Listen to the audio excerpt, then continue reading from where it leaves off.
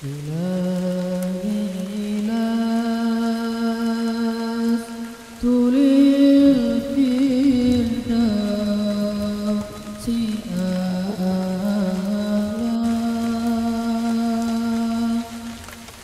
ولا أقوى على النار جحيم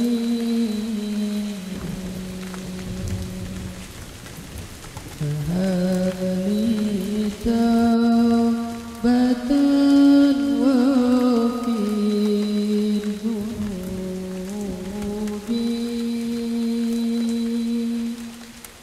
فإنك غافر الذنب العظيم.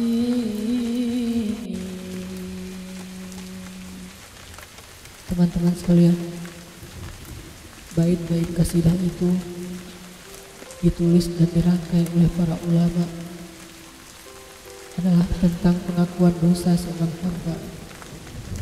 Ketika seorang hamba berada di puncak penyesalan dan merasa tahu diri bahwa dia adalah seorang hamba yang kotor, sehingga dia mengatakan, Ilahi lastu lil firdausi ahla.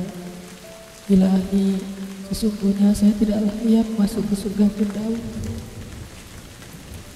Saya kotor, saya hina, saya penuh celah, saya banyak aib, saya banyak dosa. Sangat tidak layak saya masuk ke surga Firdaus-Mu ya Allah. Tidak ada satupun amal yang bisa saya banggakan sehingga menjadi jalan bagi saya masuk ke surga Firdaus-Mu ya Allah. Kita harus merasa diri kita rendah di hadapan Allah. Itulah kenapa kita syukur. Dan Allah suka kepada orang yang merendahkan diri di hadapannya. Itulah kenapa Allah suka kepada hamba yang bersyukur. Seandainya pintu surga itu terbuka dengan kunci amal solih, saya tidak punya kuncinya ya Allah. Saya beramal solih tapi belum layak untuk membuka pintu surga. Saya sholat, saya puasa, saya tarawih, saya sedekah, tapi semua itu belum cukup untuk membuka pintu surga karena keterbatasan amal solih saya. Masih banyak kesalahan dalam amal-amal yang saya kerjakan karena saya bodoh ya Allah. Lalu bagaimana nasib saya kelak di akhirat ya Allah? Jika ditimbang-timbang, sungguh kedurhakaan saya lebih sering daripada istighfar saya ya Allah. Saya tidak pantas menjadi penghuni surga ya Allah. Wala aqwa 'alan naril jahimi. Tetapi saya juga tidak akan kuat dengan azab neraka jahim-Mu ya Allah. Karena sesungguhnya tidak ada satupun dari makhluk-Mu yang sanggup merasakan azab neraka. Semuanya takut kepada neraka-Mu ya Allah.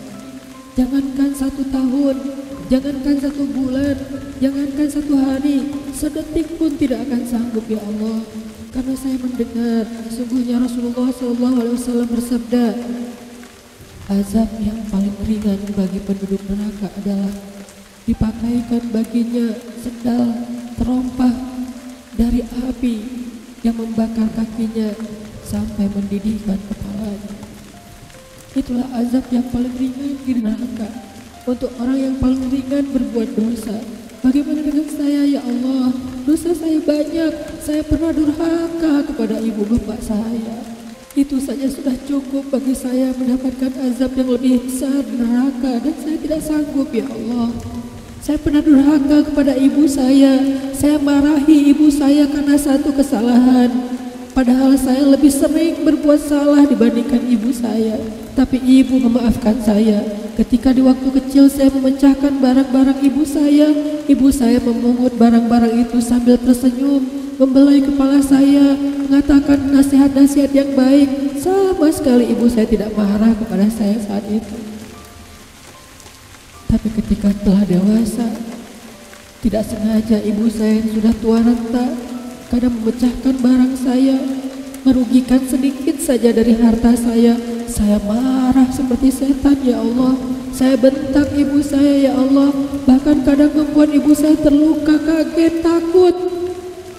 Pantaskah seorang ibu merasa takut terhadap anak yang dia kandung 9 bulan, yang dia lahirkan dengan taruhan nyawa, yang dia susui dengan darah dagingnya, yang dia didik, dia jaga, yang dia berjaga di malam hari tidak tertidur demi untuk menjaga anaknya dari seekor gigitan nyamuk. Pantaskah ibu merasa takut terhadap anaknya sendiri? Cukup satu dosa besar saja durhaka kepada ibu membuat saya pantas masuk api neraka. Belum lagi dosa saya kepada ayah. Ketika saya berdebat habis-habisan di hadapan ayah saya, hanya ketika ayah saya menasihati saya dengan satu nasihat sederhana, saya debat ia, seolah-olah wawasan saya lebih banyak, ilmu saya lebih banyak, pergaulan saya lebih luas, pendidikan saya lebih tinggi, padahal semua itu saya dapatkan hasil dari perjuangan dan pengorbanannya. Ketika keduanya sudah menjadi tua dan lemah, kadang keduanya rindu kepada saya, ya Allah. Mereka memberi kami pesan, ya Allah. Mereka bertanya, bagaimana kabarmu anakku? Tapi kami tidak peka. Hati kami tertutup dengan ego dan sombong. Kami tidak bisa membaca teks itu dari perasaan mereka. Kami hanya membaca teks mereka dan tidak segera membalasnya. Kami anggap teks dari orang tua kami tidak penting, masih bisa ditunda untuk dijawab nanti sore. Padahal mereka sedang kangen, sedang rindu kepada kami, ya Allah. Mereka tidak mengatakan kami rindu kepadamu, wahai anakku, karena mereka tahu kalimat itu akan mengganggu kami. Kalimat itu akan menjadikan hari kami tidak lagi mudah. Kalimat itu akan merusak konsentrasi kami dalam bekerja. Kalimat itu akan menghalangi banyak urusan kami, sehingga mereka menahan diri. Mereka hanya bertanya, apa kabar kami? Lalu kapan kami berbakti kepada mereka, ya Allah? Sampai seusia ini kami masih merepotkan mereka, ya Allah. Kapan kami akan berbakti kepada mereka? Rasanya kami lupa. Entah kapan kami pernah memijat kaki mereka setelah mereka seharian bekerja. Entah kapan kami pernah memberikan minuman hangat untuk mereka.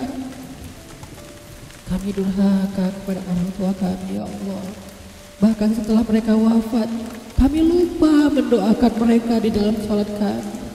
Harusnya kami disiksa di api neraka, tetapi kami tidak kuat, ya Allah. Belum lagi durhaka, kedurhakaan kami yang lain, dosa-dosa besar kami yang lain. Kami pernah bermaksiat padamu diam-diam, ya Allah. Kami pernah berbuat dosa diam-diam, dan padahal kami tahu itu dosa besar. Tapi kami tidak peduli.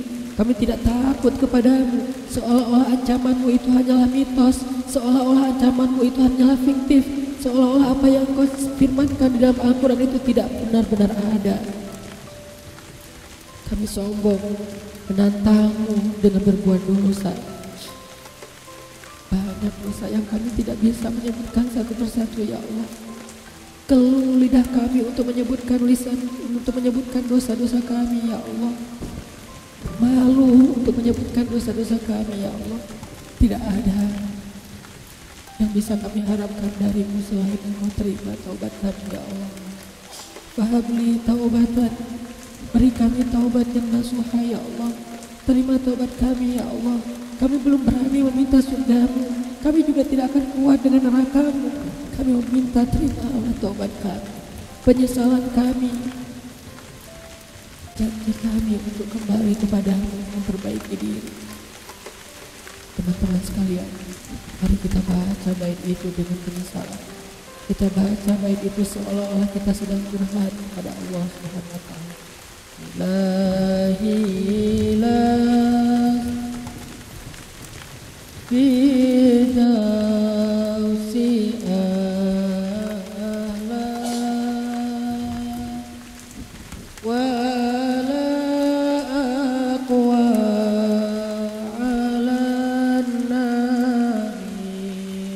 jahil